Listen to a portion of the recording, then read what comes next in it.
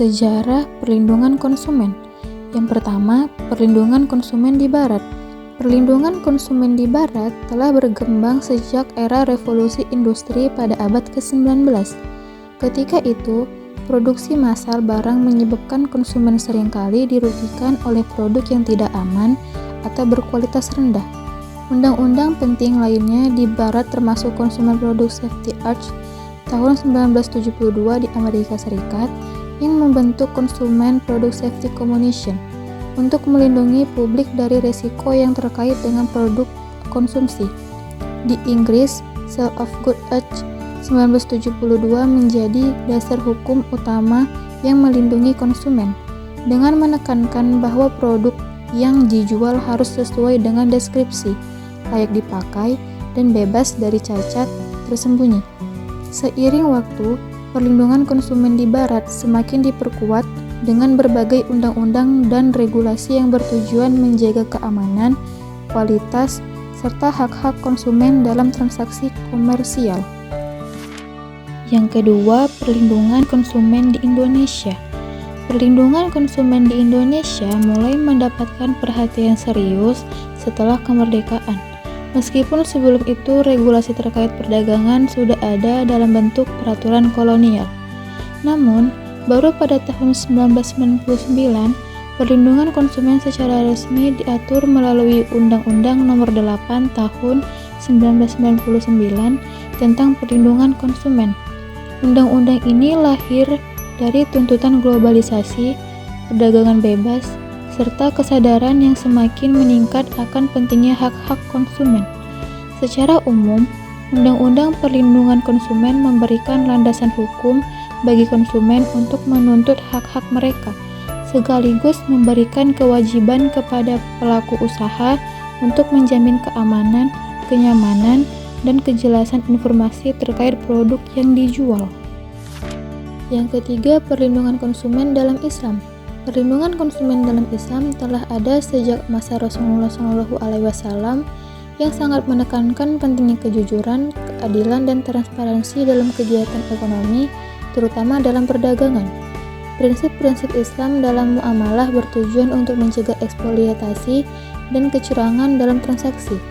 Salah satu prinsip utama yang diterapkan dalam perdagangan Islam adalah larangan terhadap penipuan atau gharar, riba, dan praktik tidak adil lainnya yang merugikan konsumen.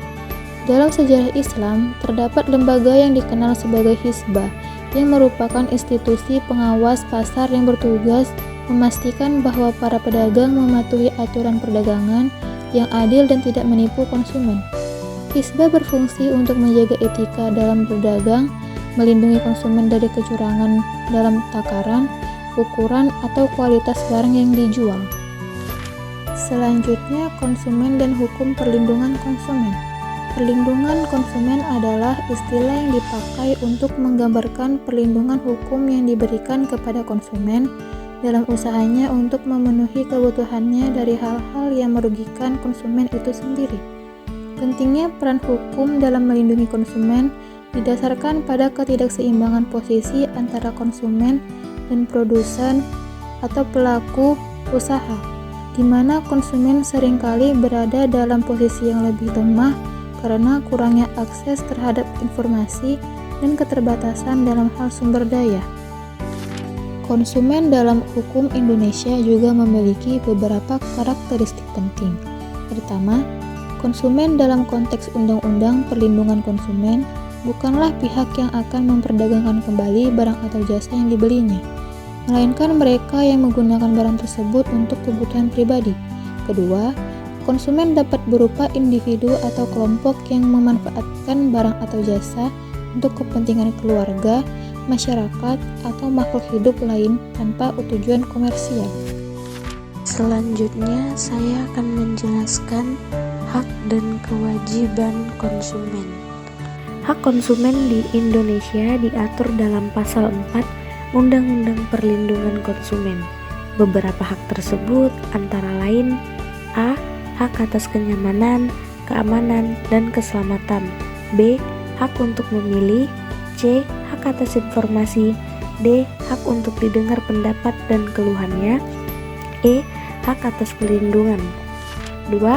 Kewajiban konsumen. Selain memiliki hak, konsumen juga diwajibkan untuk memenuhi tanggung jawab tertentu dalam transaksi ekonomi.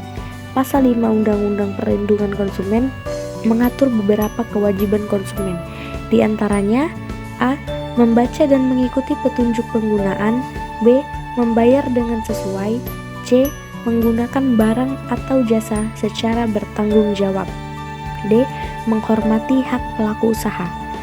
Selanjutnya, saya akan menjelaskan tentang asas dan tujuan perlindungan konsumen. Tujuan perlindungan konsumen yang pertama, dalam Undang-Undang Nomor 8 Tahun 1999 tentang Perlindungan Konsumen merumuskan dalam pasal 3 tentang tujuan perlindungan konsumen, yaitu A.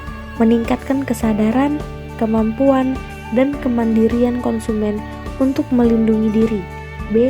Mengangkat harkat dan martabat konsumen dengan cara menghindarkannya dari akses negatif pemakaian barang atau jasa. C. Meningkatkan pemberdayaan konsumen dalam memiliki, menentukan, dan menuntut hak-haknya sebagai konsumen. D. Menciptakan sistem perlindungan konsumen yang mengandung unsur kepastian hukum dan keterbukaan informasi serta akses untuk mendapatkan informasi. E. Menumbuhkan kesadaran pelaku usaha mengenai pentingnya perlindungan konsumen sehingga tumbuh sikap yang jujur dan bertanggung jawab dalam berusaha, meningkatkan kualitas barang atau jasa yang menjamin kelangsungan usaha produksi barang atau jasa, kesehatan, kenyamanan, keamanan, dan keselamatan konsumen. Selanjutnya saya akan menjelaskan tentang asas-asas perlindungan konsumen. Perlindungan konsumen diselenggarakan sebagai usaha bersama seluruh pihak yang terkait, masyarakat, pelaku usaha, pemerintah, berdasarkan 5 asas yang menurut pasal 2 Undang-Undang Nomor 8 Tahun 1999 tentang Perlindungan Konsumen. Yang pertama, asas manfaat. Kedua, asas keadilan. 3. Asas keseimbangan. 4. Asas keamanan dan keselamatan konsumen. 5. Asas kepastian hukum. Selanjutnya saya akan menjelaskan hak dan kewajiban pelaku usaha. Menurut Undang-Undang Nomor 8 Tahun 1999, pelaku usaha adalah setiap orang atau badan usaha, baik berbentuk badan hukum maupun bukan badan hukum, yang didirikan dan berkedudukan atau melakukan kegiatan dalam wilayah hukum negara Republik Indonesia, baik sendiri maupun bersama-sama melalui perjanjian menyelenggarakan kegiatan badan usaha dalam berbagai bidang ekonomi. Hak pelaku usaha: pertama, hak atas perlindungan hukum. Kedua, hak atas kebebasan berusaha. 3. Hak untuk menerima pembayaran atas barang atau jasa. Hak untuk membela diri terhadap tuntutan hukum. Kewajiban pelaku usaha antara lain: yang pertama, kepatuhan terhadap peraturan perundang-undangan. 2. Kewajiban menjaga etika bisnis. 3. Kewajiban untuk memberikan pelayanan yang baik dan tepat waktu kepada konsumen. 4. Kewajiban memberikan kompensasi ganti rugi. Atau 5. Kewajiban untuk tidak menjual barang atau jasa yang membahayakan keselamatan dan kesehatan konsumen. Selanjutnya saya akan menjelaskan tentang tanggung jawab pelaku usaha terhadap konsumen. Yang pertama, memberikan informasi yang jelas dan akurat. Yang kedua, menjelaskan kualitas dan keamanan produk. Yang ketiga, memberikan pelayanan yang memuaskan. Yang keempat, mengatasi keluhan dan komplain. Dan yang kelima, memberikan ganti rugi dalam hal produk atau jasa yang disediakan yang menyebabkan kerugian bagi konsumen. Selanjutnya yaitu sanksi bagi produsen yang merugikan konsumen. Yang pertama, sanksi perdata. Konsumen yang dirugikan berhak untuk menuntut ganti rugi melalui mekanisme perdata. Ganti rugi ini dapat berupa pengembalian uang, penggantian barang, atau kompensasi atas kerugian yang ditimbulkan oleh produk yang cacat atau berbahaya. Undang-Undang Nomor 8 Tahun 1999 tentang perlindungan konsumen mengatur bahwa produsen harus bertanggung jawab jika produknya menyebabkan kerugian bagi konsumen. Kedua yaitu sanksi administratif. Pelaku usaha yang terbukti melakukan pelanggaran terhadap peraturan perlindungan konsumen dapat dikenakan sanksi administrasi oleh otoritas terkait. Sanksi administratif ini dapat berupa peringatan tertulis, denda administratif, pembekuan atau pencabutan izin usaha, serta larangan untuk memasarkan produk yang bersangkutan. Yang ketiga, sanksi pidana. Dalam kasus yang lebih serius, seperti jika produk yang dijual menyebabkan bahaya bagi kesehatan atau keselamatan konsumen, produsen dapat dikenakan sanksi pidana. Hukuman pidana dapat berupa penjara atau denda besar. Pasal 62 Undang-Undang Perlindungan Konsumen menyatakan bahwa pelaku usaha yang dengan sengaja menjual produk berbahaya dapat dihukum pidana dengan hukuman maksimal 5 tahun penjara atau denda maksimal 2 miliar. Yang keempat yaitu pemulihan nama baik.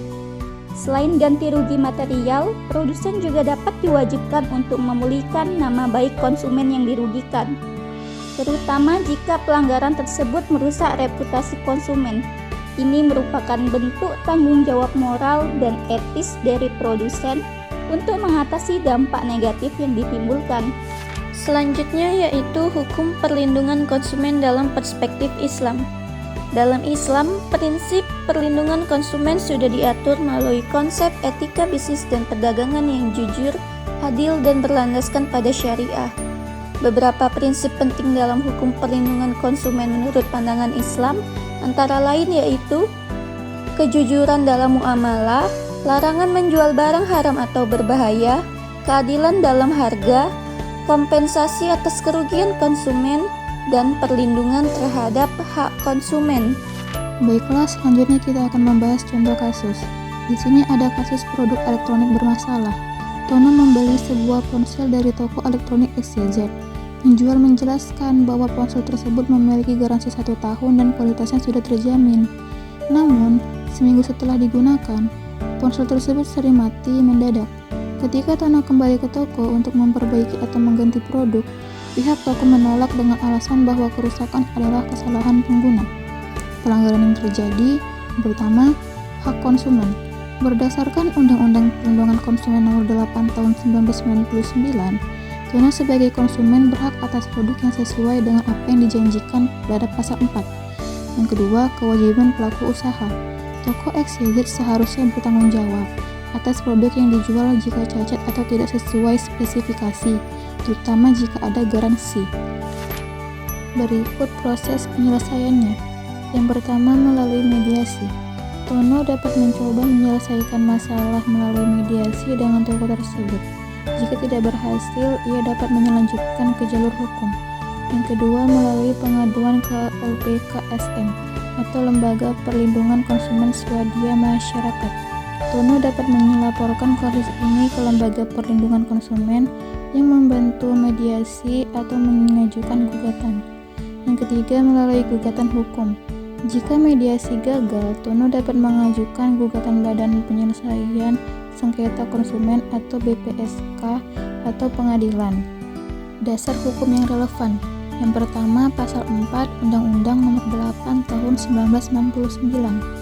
Hak atas kenyamanan, keamanan, dan keselamatan dalam mengkonsumsi barang atau jasa. Yang kedua, Pasal 7 Undang-Undang Nomor 8 Tahun 1999.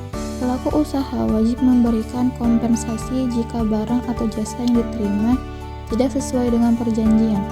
Penjelasannya, dalam kasus ini, hukum bisnis berperan karena toko XYZ sebagai pelaku usaha harus mematuhi ketentuan hukum terkait perlindungan konsumen. Apabila melanggar, toko dapat dikenai sanksi administratif atau hukum berdasarkan Undang-Undang Perlindungan Konsumen. Di sisi lain, konsumen seperti Tono dilindungi agar mendapatkan hak-haknya sebagai pembeli.